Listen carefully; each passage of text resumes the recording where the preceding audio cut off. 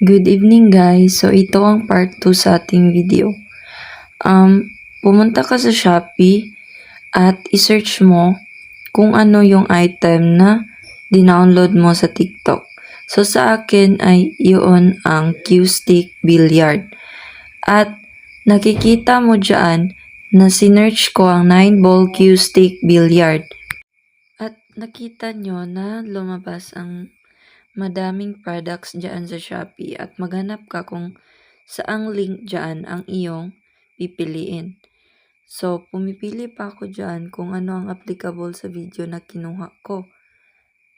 At naghahanap ako kung ano ang applicable. Tapos, nakikita nyo na clinic ko ang mga heart doon. Kasi, makikita nyo dito sa tutorial kung paano siya, kung ano ang ibig sabihin ng heart. So, pagkatapos i-click nyo ang post. Tapos, makikita nyo dyan sa library.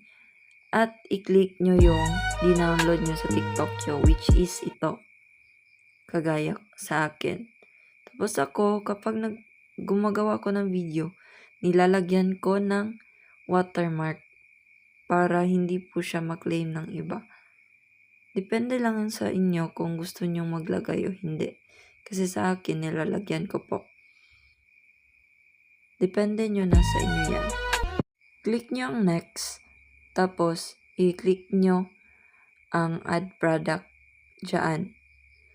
Tapos, makikita nyo dyan yung bakit ko ni Hinart para makita nyo or ma-add nyo ang link na ilalagay nyo sa ipopost nyo ngayon, kagaya sa akin.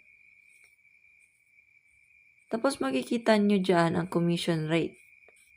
Tapos yun ang pinili ko kasi yun ang applicable ng video na ipopost ko. Tapos maglalagay ka, pwede kang maglagay ng kahit hanggang 6 na link para kapag i-click ng buyer or customer, pwede siyang magpili ng item na bibili niya.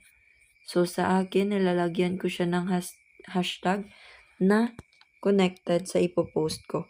Depende na sa inyo kung lalagyan nyo o hindi. Pero ako nilalagyan ko. Pagtapos na kayo maglagay ng mga hashtag, ay pwede nyong lagyan ng title para makita kapag i-stock ang profile nyo kung ano ang title ng video nyo. Kagaya ng ganyan, nilagyan ko ng billiard cue stick, tapos white ang pinili ko para